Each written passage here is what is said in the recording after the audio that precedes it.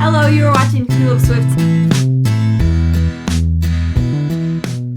Starting from the beginning, I heard about this book. Sasha and Kat went to Forks and they're like, oh my gosh, it's the 10th anniversary. And I'm like, oh, that's so crazy. And I was pretty chill. I was like, we got this. It's going to be a book and I will read it.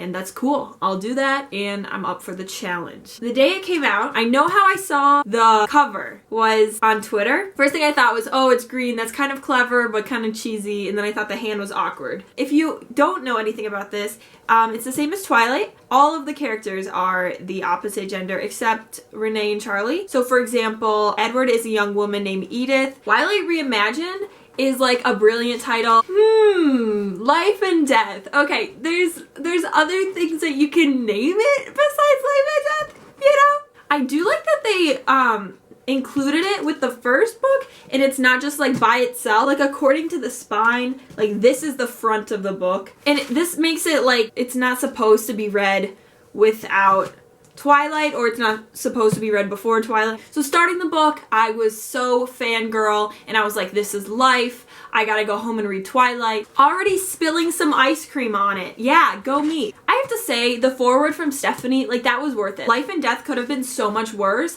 and it still would have been worth it to hear like all the things she said, which were so honest. It was like she was speaking to my soul. It was really communicating to Twilight fans, like all kinds of Twilight fans. She really just got to the point and she answered like obvious questions. I forgot how much I missed Twilight. Like I would just read like a certain sentence and I'd be like, oh yeah! An example of this, a relief to stare out the window at the sheeting rain and let my thoughts get dark. It was just like so emo. Twilight is so like teenage angst. One thing I loved about Beau is his eyes were pale blue and that's obviously completely contrasting Bella, but I really liked it. It really helped me picture a character in my mind. At first, I was kind of picturing Edward. He's nothing like Edward, obviously. It would kind of shift around, but his eyes are blue and I could get that Bella was a man. It was also confusing because for a little bit I thought Edward was human and Bella was a vampire,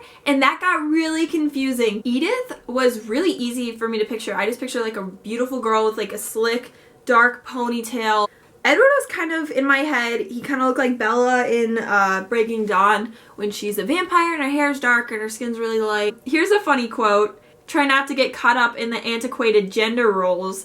That's what Edith said when she paid for dinner. I thought that was brilliant. Talking about like those unexpected moments where it was like Twilight and it just like hits you that Stephanie Meyer wrote this book and I feel like I'm reading Twilight for the first time. Okay, one of those moments was definitely driving back to Forks from Seattle and they're in the car. So he asks her about like vampire stuff. I just got really excited and like I was thinking about the first time I read it and I was just getting like OG like 2011 Twilight feels and it was so beautiful. I was not expecting that. I didn't know if I would feel the same way as when I read Twilight. It definitely wasn't, because when I read Twilight I had never read anything romantic. I had never read anything quite as supernatural and I was kind of wondering, okay, so did she pull up her like Word document and just like take out the hims and hers, or did she like do a side-by-side and just like rewrite it and like take certain parts,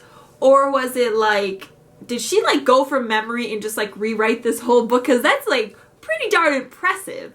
I got to certain parts, I kind of wanted to open Twilight and be like, oh, this is, she added this line, you know what I mean? But I was so into Beau and Edith that if I thought about like Bella and Edward, like everything would just like get off of whack and then it wouldn't like feel real. But I got really into the story and they felt like different people and I kind of think of the original Twilight, but I couldn't completely go there.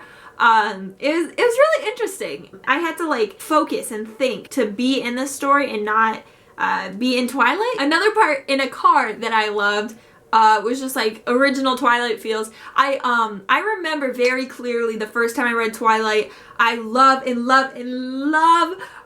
their drive back from the baseball game. Like such an underrated scene. Like I feel like I can be the only one here. Beau and Edith are spotted and Edith is like, no, these vampires are not vegetarian and we have to get out of here ASAP.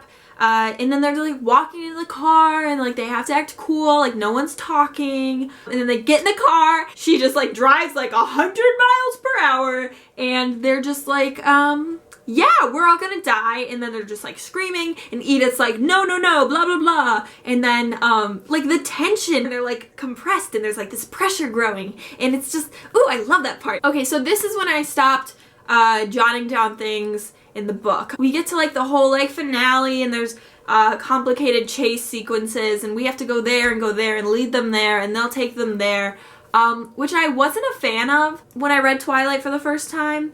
I knew what was going on only because I had already seen the movie, and I think it's hard to keep up with, and it takes a very different turn from what the book has been so far.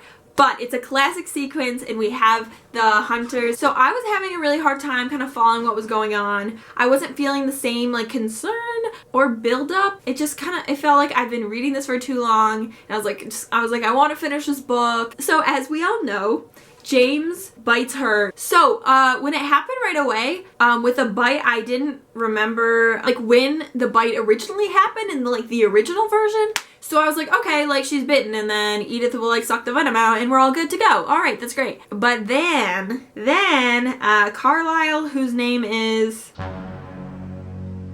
I had all of these names down so well, I promise. She's like, no, Edith, it's too late. You can either let her die or let her become a vampire. And so Edith's like, all right, she's a vampire. It's settled. Right when I made this realization, I was like really impressed. I was like, that's a good idea. Like Stephanie just made the whole story like on its own. Because I was kind of thinking into the future, like really early on. I was like, okay, so Renesmee can't happen. But like now, like the story, it all like comes back together like really nicely. Then I was like, oh, she's not gonna write like a New Moon version, which I was kind of like thinking about and I was kind of worrying about because like what if that would be like overkill. So I was like, okay, so Bo is gonna be a vampire. It's gonna be a happy ending and great, cut. That's not what happened at all. So we have to go through the traumatic vampire transformation process, which that is such a painful part in Breaking Dawn, but she wrote it so well and we'd been expecting it so long. It was fine and I got through it and it worked out. On the other hand, this was very painful to go through again. By the logic of Breaking Dawn, Bella, she doesn't have the regular newborn urges because she chose to be a vampire and then it was like something that she wanted to do and she'd been thinking about it for a long time. So by that logic, Bo should have been a crazy newborn, but that is not what happened at all. So I was like, okay, it's just as good as like Breaking Dawn, it's fine, we're good.